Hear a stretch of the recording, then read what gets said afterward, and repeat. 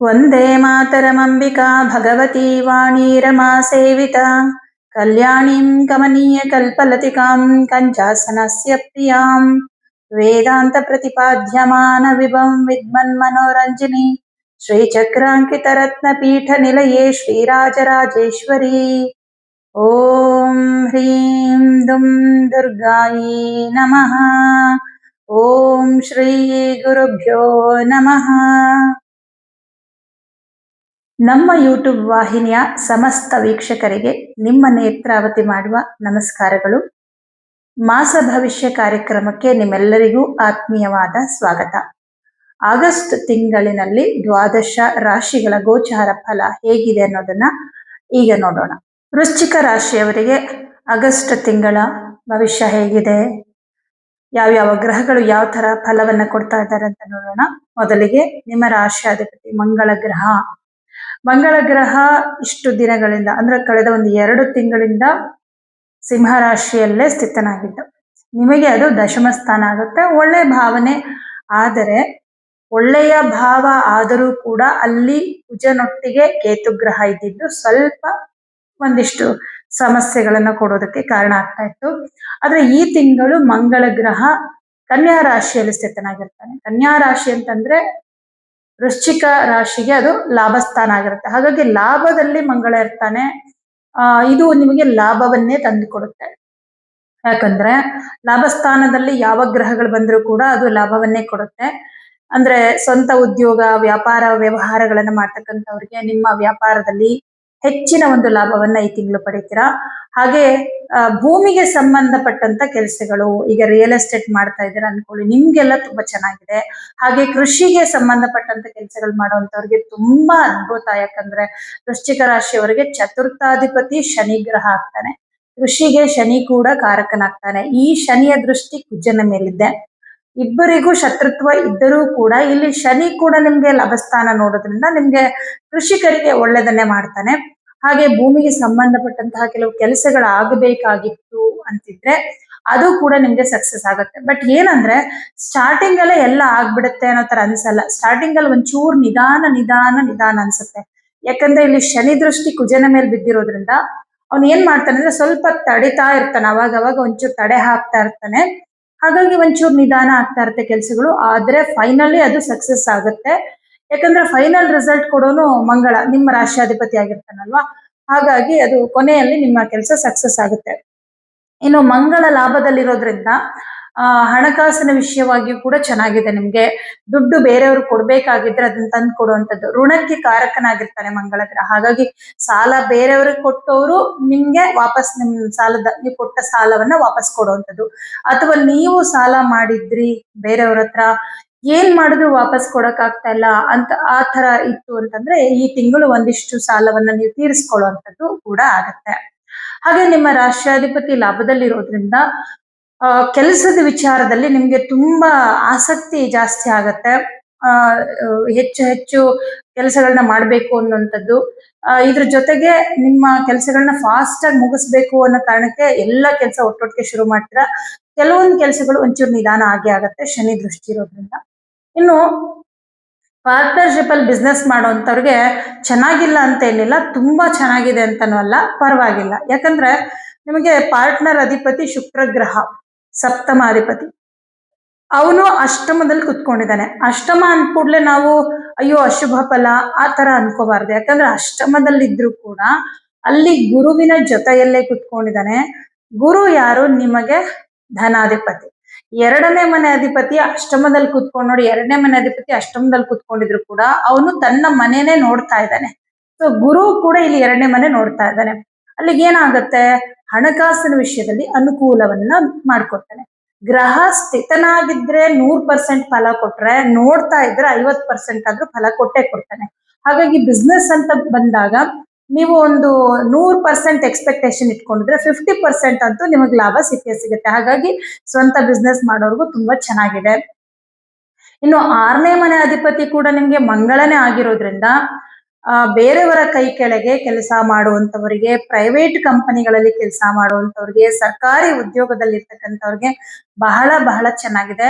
ಮುಖ್ಯವಾಗಿ ಯಾರಿಗೆ ವೃಶ್ಚಿಕ ರಾಶಿಯವರಿಗೆ ಕೆಲಸನೇ ಇಲ್ಲ, ಕೆಲಸ ಹೋಗ್ಬಿಟ್ಟಿದೆ, ಕೆಲವರಿಗೆಲ್ಲ ಆಗಿದೆ ಈ ಸಮಸ್ಯೆ. ಯಾಕಂದ್ರೆ ಪಂಚಮ ಶನಿ ಶುರುವಾಗಿರೋದ್ರಿಂದ ಕೆಲವರಿಗೆ ಪಂಚಮ ಶನಿ ಎಫೆಕ್ಟ್ ಜಾಸ್ತಿ ಇರುತ್ತೆ. ವೃಶ್ಚಿಕ ರಾಶಿಯವರಿಗೆ ಯಾರಿಗೆ ಸ್ವಲ್ಪ ಈ ಪಂಚಮ ಶನಿ ಶುರುವಾಗಿ ಕೆಲವರಿಗೆ ಕೆಲಸ ಇಲ್ಲದೆ ಕುತ್ಕೊಂಡಿದ್ದೀರಾ ಅಂಥವರಿಗೆ ಈ ತಿಂಗಳು ಕೆಲಸ ಸಿಗುವ ಸಾಧ್ಯತೆ ಇದೆ. 6ನೇ ಮನೆ ಅಧಿಪತಿ ಕೂಡ ಮಂಗಳನೇ ಆಗಿರೋದ್ರಿಂದ ಈ ರೀತಿ ಶುಭ ಫಲವನ್ನ ಕೊಡ್ತಾ ಇದ್ದಾನೆ. ಇನ್ನು ವಿಶೇಷವಾಗಿ ಉದ್ಯೋಗದಲ್ಲಿ ಪ್ರಮೋಷನ್ಗೋಸ್ಕರ ಪ್ರಯತ್ನ ಮಾಡ್ತಿದ್ರೆ ನಿಮ್ಗೆ 17ನೇ ತಾರೀಕು ಮೇಲೆ ಅನುಕೂಲ ಆಗುವ ಸಾಧ್ಯತೆ ಇದೆ. ಯಾಕಂದ್ರೆ ದಶಮಾಧಿಪತಿಯಾದಂತಹ ರವಿ ಗ್ರಹ 16ನೇ ತಾರೀಕುವರೆಗೂ ಭಾಗ್ಯದಲ್ಲಿರ್ತಾನೆ. ಆದ್ರೆ ಕ್ರೂರ ಗ್ರಹಗಳು ಭಾಗ್ಯದಲ್ಲಿದ್ದಾಗ ಸಾಧಾರಣ ಫಲ, ಆದ್ರೆ ಕೇಂದ್ರಕ್ಕೆ ಬಂದ್ರೆ ತುಂಬಾ ಶುಭ. 17ನೇ ತಾರೀಕಿಗೆ ಸೂರ್ಯ ಗ್ರಹ ದಶಮಕ್ಕೆ ಬರ್ತಾನೆ. ದಶಮ ಪ್ಲಸ್ ಸ್ವಕ್ಷೇತ್ರ ಎರಡೂ ಆಗಿರುತ್ತೆ. ಇದು ಎರಡೂ ರೀತಿಯಲ್ಲಿ ಅವನ ದಶಮದಲ್ಲಿ ದಿಗ್ಬಲನೂ ಕೂಡ ಆಗಿ ಹೆಚ್ಚು ಶುಭ ಫಲವನ್ನು ಕೊಡೋದ್ರಿಂದ ಯಾರು ನಿಮ್ಮ ವೃತ್ತಿ ಕ್ಷೇತ್ರದಲ್ಲಿ ಪ್ರಮೋಷನ್ಗೋಸ್ಕರ ಪ್ರಯತ್ನ ಮಾಡ್ತಿದ್ದೀರಾ ವೃಶ್ಚಿಕ ರಾಶಿಯವರು, ಸರ್ಕಾರಿ ಉದ್ಯೋಗ ಆಗ್ಲಿ ಅಥವಾ ಪ್ರೈವೇಟ್ ಕಂಪನಿ ಆಗ್ಲಿ, ನಿಮಗೆ ಪ್ರಮೋಷನ್ ಸಿಗುವ ಸಾಧ್ಯತೆಗಳು ಅಂದ್ರೆ ಸಿಕ್ಕೇ ಬಿಡುತ್ತೆ ಅನ್ನೋದಕ್ಕಿಂತ ಕೆಲವ್ರಿಗೆ ಸಿಗಬಹುದು, ಕೆಲವರಿಗೆ ಸಿಗುವ ಸೂಚನೆಗಳು ಕೂಡ ಈ ತಿಂಗಳು 17ರ ನಂತರ ಕಂಡು ಬರುತ್ತೆ. ಹಾಗೆ ನಿಮ್ಗೆ ಚತುರ್ಥಾಧಿಪತಿಯಾಗಿ ಶನಿ ಗ್ರಹ 5ನೇ ಮನೆಯಲ್ಲಿರೋದ್ರಿಂದ ಯಾಕೋ ಸ್ವಲ್ಪ ಮನಸ್ಸಿಗೆ ಬೇಸರ ಇರುತ್ತೆ. ಯಾಕೆಂದ್ರೆ ಕುಜನನ್ನ ಶನಿ ನೇರವಾಗಿ ನೋಡ್ತಾ ಇರ್ತಾನೆ. ಕುಜ ನಿಮ್ ರಾಶಿ ಅಧಿಪತಿ, ನಿಮ್ಮ ಮನಸ್ಸನ್ನ ಸೂಚಿಸುವಂತವನು ಮಂಗಳ ಆಗಿರ್ತಾನೆ. ಇವನನ್ನ ಶನಿ ನೋಡಿದಾಗ ಏನಾಗುತ್ತೆ ಅಂದ್ರೆ ಯಾಕೋ ಮನಸ್ಸಿಗೆ ಒಂದೊಂದ್ಸಲ ದುಃಖ ಆಗುತ್ತೆ, ಯಾಕೋ ಸ್ವಲ್ಪ ಬೇಸರ ಆಗತ್ತೆ. ಹಳೆಯ ವಿಚಾರಗಳು, ಕೆಲವು ಹಳೆ ಘಟನೆಗಳು, ಯಾರಿಗಾದ್ರೂ ನೀವು ಬೇಜಾರು ಮಾಡಿದ್ರೆ ಅಥವಾ ನಿಮಗೆ ಯಾರಾದ್ರೂ ಬೇಜಾರು ಮಾಡಿದ್ರೆ, ಯಾರಾದ್ರೂ ಅವಮಾನ ಮಾಡಿದ್ರೆ ಅದನ್ನ ನೆನೆಸ್ಕೊಂಡು ಸ್ವಲ್ಪ ದುಃಖ ಪಡುವಂತದ್ದಾಗತ್ತೆ. ಬೇರೆಯವರು ನಿಮಗ್ ಬೇಜಾರು ಮಾಡಿದ್ರೆ ಅದನ್ನ ನೆನೆಸ್ಕೊಂಡು ದುಃಖ ಪಡೋದು ಬೇಡ, ಅದನ್ನ ಮರ್ತು ಬಿಡಿ, ಅವ್ರಿಗೆ ಒಳ್ಳೆ ಬುದ್ಧಿ ಬರ್ಲಪ್ಪ ಅಂತೇಳಿ. ಯಾಕಂದ್ರೆ ಅದನ್ನ ಕ್ಯಾರಿ ಮಾಡಬಾರ್ದು.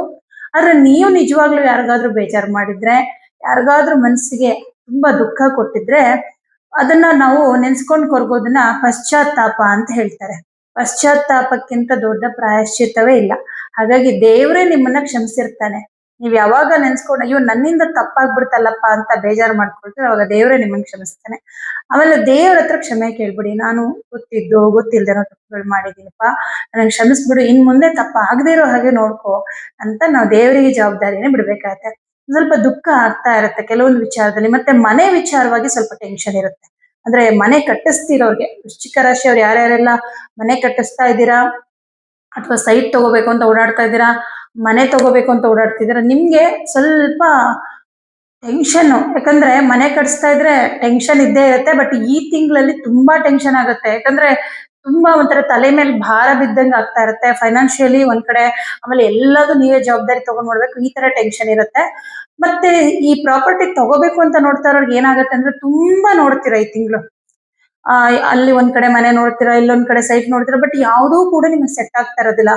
ಏನೋ ನಮ್ಮ ಹಣೆ ಬರದಲ್ಲಿ ತಗೊಳ್ಳೋ ಯೋಗನೇ ಇಲ್ವೇನೋ, ನಮ್ಗೆ ಯಾವ್ದು ಒಳ್ಳೆ ಕಡೆ ಪ್ರಾಪರ್ಟಿ ಸಿಗ್ತಾ ಇಲ್ಲ ಆ ತರ ಅನ್ಸುತ್ತೆ.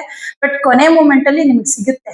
ಅಂದ್ರೆ ಮೊದ್ಲು ಸ್ವಲ್ಪ ಟೆನ್ಷನ್ ಕೊಟ್ಟು ಆಮೇಲೆ ಸಕ್ಸಸ್ ಮಾಡ್ಕೊಡ್ತಾನೆ. ಯಾಕಂದ್ರೆ ಕುಜ ಒಬ್ಬನೇ ಇದ್ರೆ ಬೇಗ ಆಗ್ಬಿಡುತ್ತೆ ಕೆಲಸ. ಈ ಕುಜನಿಗೆ ಏನಾದ್ರೂ ಕೇತು ದೃಷ್ಟಿನೋ ಶನಿ ದೃಷ್ಟಿನೋ ಇತ್ತು ಅಂತಂದ್ರೆ ಒಂಚೂರು ಲೇಟ್ ಮಾಡ್ತಾನೆ ಅಷ್ಟೇ. ಇನ್ನು ನಿಮಗೆ ಸಪ್ತಮಾಧಿಪತಿ ಶುಕ್ರ ಗ್ರಹ ಅಷ್ಟಮದಲ್ಲಿರೋದ್ರಿಂದ ಪಾರ್ಟ್ನರ್ಶಿಪ್ ಅಲ್ಲಿ ಬಿಸ್ನೆಸ್ ಮಾಡೋರ್ಗೂ ಪರವಾಗಿಲ್ಲ, ತಕ್ಕ ಮಟ್ಟಿಗೆ ಪರವಾಗಿಲ್ಲ. ಇನ್ನು ನಿಮಗೆ ಬುಧ ಗ್ರಹ ಅಷ್ಟಮಾಧಿಪತಿ ಜೊತೆಗೆ ಲಾಭಾಧಿಪತಿ ಎರಡೂ ಆಗಿ ಅವನು ಭಾಗ್ಯದಲ್ಲಿ ಕುತ್ಕೊಂಡಿದ್ದಾನೆ. ಹಾಗಾಗಿ ಬಿಸ್ನೆಸ್ ವಿಚಾರವಾಗಿ ನಿಮ್ಗೆ ಬುಧ ಗ್ರಹ ಕೂಡ ನಿಮ್ಗೆ ಅನುಕೂಲವನ್ನೇ ಮಾಡ್ಕೊಡ್ತಾನೆ. ಕೃಷಿಯನ್ನ ಮಾಡ್ತಾ ಇರೋರಿಗೆ ಚೆನ್ನಾಗಿದೆ. ಯಾಕಂದ್ರೆ ಚತುರ್ಥಾಧಿಪತಿ ನಿಮ್ಗೆ 5ನೇ ಮನೆಯಲ್ಲಿದ್ದಾನೆ. ಅವನನ್ನ ಕುಜ ಗ್ರಹ ನೋಡ್ತಾ ಇದ್ದಾನಲ್ಲ, ಹಾಗಾಗಿ ಕೃಷಿಕರಿಗೂ ಕೂಡ ತುಂಬಾ ಚೆನ್ನಾಗಿದೆ. ಇನ್ನು 12ನೇ ಮನೆ ಅಧಿಪತಿ ಶುಕ್ರ ಅಷ್ಟಮದಲ್ಲಿರೋದ್ರಿಂದ ವಿದೇಶಕ್ಕೆ ಹೋಗ್ಬೇಕು ಅಂತ ಅನ್ಕೊಂಡಿರೋರಿಗೆ ಸ್ವಲ್ಪ ಅವಕಾಶಗಳು ಸಿಗೋದು ಕಷ್ಟ ಈ ತಿಂಗಳಲ್ಲಿ. ಒಂಚೂರು ತಡೆ ಆಗ್ತಾ ಇರುತ್ತೆ, ಎಲ್ಲದಕ್ಕೂ ಸ್ವಲ್ಪ ತಡೆ ಆಗ್ತಾ ಇರುತ್ತೆ. ಇನ್ನು ಪಂಚಮದಲ್ಲಿ ಶನಿ ಇರೋದ್ರಿಂದ ವಿದ್ಯಾರ್ಥಿಗಳಿಗೆ ಸ್ವಲ್ಪ ಪ್ರಾಬ್ಲಮ್ಮೇ. ಒಂಥರ ಟೆನ್ಷನ್ ಆಗೋದು, ಭಯ ಆಗೋದು, ಎಕ್ಸಾಮ್ ಈ ತರದ್ ಏನಾದ್ರು ಇದ್ರೆ. ಮತ್ತೆ ತುಂಬಾ ಸೋಮಾರಿತನ ಬರುವಂತದ್ದು. ಪಂಚಮ ಶನಿ ಕೆಲವರಿಗೆ ಸೋಮಾರಿತನವನ್ನ ಉಂಟು ಮಾಡಿಬಿಡುತ್ತೆ. ಶನಿಗೆ ಪರಿಹಾರ ಮಾಡ್ಕೊಳ್ಳೇಬೇಕು. ಮತ್ತೆ ಪಂಚಮ ಶನಿಗೆ ಪ್ರತಿಯೊಬ್ಬರು ಅಂದ್ರೆ ವೃಶ್ಚಿಕ ರಾಶಿಯವರೆಲ್ಲರೂ ಪಂಚಮ ಶನಿಗೆ ಪರಿಹಾರ ಮಾಡ್ಬೇಕು. ಯಾಕೆಂದ್ರೆ ಪಂಚಮಕ್ಕೆ ಬಂದಿರುವಂತಹ ಶನಿ ಏನ್ ಮಾಡ್ತಾನೆ ಅಂತಂದ್ರೆ ನಮ್ಗೆ 5-9ನೇ ಮನೆ ಕಾಂಬಿನೇಷನ್ ಅಂತಂದ್ರೆ ನೆಕ್ಸ್ಟ್ ಫ್ಯೂಚರ್ ಅಲ್ಲಿ ತುಂಬಾ ಕೆಲಸಗಳಿಗೆ ತಡೆ ಹಾಕೋದು ಅಂತ ಹೇಳ್ತೀವಿ. ಈ ತರ ಅನೇಕ ಕೆಲಸಗಳಿಗೆ ಸಮಸ್ಯೆಗಳನ್ನ ಕೊಡ್ತಾ ಇರ್ತಾನೆ. ಮತ್ತೆ ನಿಮ್ಗೆ ಗುರುಬಲ ಕೂಡ ಇಲ್ಲ. ಸದ್ಯಕ್ಕೆ ಈ ತಿಂಗಳಲ್ಲಿ ನಿಮ್ಗೆ ಆ ಬುಧ ಗ್ರಹ ಶುಭ ಫಲ ಕೊಡ್ತಿದ್ದಾನೆ, ರವಿ ಶುಭ ಫಲ ಕೊಡ್ತಿದ್ದಾನೆ, ಮಂಗಳ ಶುಭ ಫಲ ಕೊಡ್ತಿದ್ದಾನೆ. ಬಟ್ ಅದಾದ ನಂತರ ಅವರೆಲ್ಲ ಮುಂದಿನ ಮನೆಗೆ ಹೋಗ್ತಾ ಹೋಗ್ತಾ ಹೋಗ್ತಾ 12ನೇ ಮನೆಗೆ ಬಂದ್ಬಿಟ್ಮೇಲೆ ಇಲ್ಲಿ ಶನಿಯ ಮತ್ತು ಗುರುವಿನ ಅಶುಭ ಫಲ ಹೆಚ್ಚಾಗ್ಬಿಡುತ್ತೆ. ಅದಕ್ಕೆ ಈಗ್ಲಿಂದನೇ ಪ್ರತಿ ಶನಿವಾರ ಕಪ್ಪು ಎಳ್ಳು ದಾನ ಅಥವಾ ಎಳ್ಳೆಣ್ಣೆಯನ್ನ ಯಾವ್ದಾದ್ರು ದೇವಸ್ಥಾನಕ್ಕೆ ಕೊಡ್ತಾ ಬನ್ನಿ. ಇದರಿಂದಾಗಿ ಶನಿ ಅಶುಭ ಫಲಗಳು ಕಡಿಮೆ ಆಗುತ್ತೆ. ಇನ್ನು ವಾಕ್ಸ್ಥಾನಾಧಿಪತಿ ಗುರು ಅಷ್ಟಮದಲ್ಲಿದ್ದು ಅವನಿಗೆ ಶುಕ್ರನ ಒಂದು ಯುತಿ ಇದೆ. ಮಾತಿನ ವಿಷಯದಲ್ಲಿ ತುಂಬಾ ಜಾಗ್ರತೆ ಇರಿ. ಏನೋ ಒಂದು ನಷ್ಟ ಆಗಬಹುದು ನಿಮ್ಗೆ ಮಾತಿಂದ. ಏನ್ ನಷ್ಟ ಆಗ್ಬಹುದು? ನಿಮ್ಗೆ ದುಡ್ಡು ನಷ್ಟ ಆಗಬಹುದು. ಅಂದ್ರೆ ನೀವು ಮಾತಾಡಿ ಏನೋ ಆಗ್ಬೇಕಿದ್ ಕೆಲಸ, ಅವ್ರು ದುಡ್ಡು ಕೊಡ್ತಿದ್ರು, ನೀವೇನೋ ಮಾತಾಡ್ತೀರಾ, ಅದು ದುಡ್ಡು ಬರ್ದಂಗ್ ಆಗೋಯ್ತು, ಈ ತರ ಆಗತ್ತೆ. ಮತ್ತೆ ಮಾತಿಂದ ಕೆಲವು ಸಂಬಂಧಗಳು ದೂರ ಆಗಬಹುದು. ಮಾತಿಂದ ಮನೆಯಲ್ಲಿ ಸ್ವಲ್ಪ ಅಸಮಾಧಾನ ಆಗ್ಬಹುದು. ನಿಮ್ಮ ಸಂಗಾತಿಯ ಜೊತೆ ಕೂಡ ಮನಸ್ತಾಪಗಳಾಗುತ್ತೆ. ಹಾಗಾಗಿ ನೀವು ಮಾತೇ ಆಡ್ಬೇಡಿ ಅಂತ ನಾನು ಹೇಳೋದಿಲ್ಲ. ಎಷ್ಟು ಸಾಧ್ಯವಾಗುತ್ತೋ ಅಷ್ಟು ಕಡಿಮೆ ಮಾತಾಡಿ. ನಿಮ್ ಮನ್ಸಿಗೆ ಏನೇ ಅನ್ಸಿದ್ರು ಕೂಡ ನಾನು ಹೋಗಿ ಕೇಳ್ಬಿಡ್ಬೇಕು, ಬೈದ್ ಬಿಡ್ಬೇಕು, ಮಾತಾಡ್ಬಿಡ್ಬೇಕು ಅನ್ಸುತ್ತೆ. ಬಟ್ ಅದು ಯಾವ್ದನ್ನು ಈ ತಿಂಗಳಲ್ಲಿ ಮಾಡಕ್ ಹೋಗ್ಬೇಡಿ. ಶುಕ್ರ ಮತ್ತೆ ಇಲ್ಲಿ ಗುರು ಇದ್ದಾಗ ಏನಾಗುತ್ತೆ ಗೊತ್ತಾ, ನಿಮ್ಮ ಮಾತಿಂದ ನಿಮ್ಗೆ ಏನೋ ಒಂಥರ ಮುಖಭಂಗ ಆಗೋ ಸಾಧ್ಯತೆಗಳು ಕೂಡ ಇರುತ್ತೆ. ಅಂದ್ರೆ ಅವಮಾನ ಆಗೋ ಸಾಧ್ಯತೆ ಇರುತ್ತೆ. ಹಾಗಾಗಿ ತುಂಬಾ ಜನ ಇರೋ ಕಡೆ ನೀವೇನು ಮಾತಾಡಕ್ ಹೋಗ್ಬೇಡಿ. ಆದಷ್ಟು ಸ್ವಲ್ಪ ಕೇರ್ಫುಲ್ ಆಗಿರಿ. ನಿಮ್ಮ ಅಭಿಪ್ರಾಯಗಳು ಏನೇ ಇದ್ರು ಕೂಡ ತುಂಬಾ ಯೋಚನೆ ಮಾಡಿ ನೀವು ಅದನ್ನ ವ್ಯಕ್ತಪಡಿಸೋ ಪ್ರಯತ್ನ ಮಾಡಿ. ಎಲ್ಲೋ ಒಂದ್ ಕಡೆ ಒಂಥರ ನೀವು ಮಾತಾಡಿ ನಿಮ್ಮ ಒಂದು ವ್ಯಕ್ತಿತ್ವಕ್ಕೆ ನೀವೇ ಧಕ್ಕೆ ತಂದ್ಕೊಂಡಂಗೆ ಆಗ್ಬಿಡುತ್ತೆ. ಸ್ವಲ್ಪ ಈ ವಿಷಯದಲ್ಲಿ ಎಚ್ಚರಿಕೆ. ಹಾಗೆ ದುಡ್ಡು ಕಾಸಿನ ವಿಚಾರ ಅಂತ ಬಂದಾಗ ಬೇರೆಯವರಿಗೆ ದುಡ್ಡು ಕೊಡಕ್ ಹೋಗ್ಬೇಡಿ ಈ ತಿಂಗಳು. ಯಾಕಂದ್ರೆ ಇಲ್ಲಿ ಕುಜನಿಗೆ ಶನಿ ದೃಷ್ಟಿ ಇದೆ. ಹೋಯ್ತು ಅಂದ್ರೆ ಅದು ಹೋದಂಗೆ ಬರಲ್ಲ. ಆಮೇಲೆ ದುಡ್ಡನ್ನ ಹೊರಗಡೆ ಎಲ್ಲೂ ಜಾಸ್ತಿ ತಗೊಂಡ್ ಹೋಗ್ಬೇಡಿ. ಕಳೆದೋಗೋ ಸಾಧ್ಯತೆ ಅಂದ್ರೆ ಕಳುವಾಗೋ ಸಾಧ್ಯತೆ ಇದೆ. ಶುಕ್ರ ಮತ್ತೆ ಗುರು ಇಬ್ರು ಅಷ್ಟಮದಲ್ಲಿದಾರಲ್ಲ, ಕಳ್ತನ ಕಳುವು ಇದಕ್ಕೆಲ್ಲ ಅಷ್ಟಮನೆ ನೋಡ್ತೀವಿ. ಹಾಗಾಗಿ ಮನೇಲಾದ್ರೂ ಅಷ್ಟೇ ಬೆಲೆ ಬಾಳುವ ವಸ್ತುಗಳನ್ನ ಎಲ್ಲಂದ್ರಲ್ಲಿ ಇಡೋದು ಇದೆಲ್ಲ ಮಾಡ್ಬಿಡಿ. ಸ್ವಲ್ಪ ಕೇರ್ಫುಲ್ ಆಗಿ. ಉಳಿದಂತೆ ಚೆನ್ನಾಗಿದೆ. ಕೆಲಸ ಕಾರ್ಯಗಳು ಅಂತ ಬಂದಾಗ ಚೆನ್ನಾಗಿದೆ. ಅದ್ರಲ್ಲೂ ಬೇರೆಯವ್ರ ಕೈ ಕೆಳಗೆ ಪ್ರೈವೇಟ್ ಕಂಪನಿನಲ್ಲಿ ಗೌರ್ಮೆಂಟ್ ಜಾಬ್ ಅಲ್ಲಿ ಕೆಲಸ ಮಾಡೋಂಥವ್ರಿಗಂತೂ ತುಂಬಾ ಚೆನ್ನಾಗಿದೆ. ಸ್ವಂತ ಬಿಸ್ನೆಸ್ ಮಾಡೋರಿಗೆ ಸ್ವಲ್ಪ ಆದಾಯ ಮೀಡಿಯಂ ಆಗಿರುತ್ತೆ ಅಂತ ಹೇಳ್ಬೋದು. ಬಟ್ ಬೇರೆಯವ್ರ ಕೈ ಕೆಳಗೆ ಕೆಲಸ ಮಾಡೋಂಥವ್ರಿಗೆ ತುಂಬಾ ಚೆನ್ನಾಗಿದೆ. ಮತ್ತೆ ನಾನು ಏನ್ ಪರಿಹಾರಗಳನ್ನ ಕೆಲವೊಂದು ಹೇಳಿದ್ದೀನಿ ಅದನ್ನ ಮಾಡ್ಕೊಳ್ಳಿ. ಒಳ್ಳೇದಾಗತ್ತೆ. ಎಲ್ಲರಿಗೂ ಶುಭವಾಗಲಿ.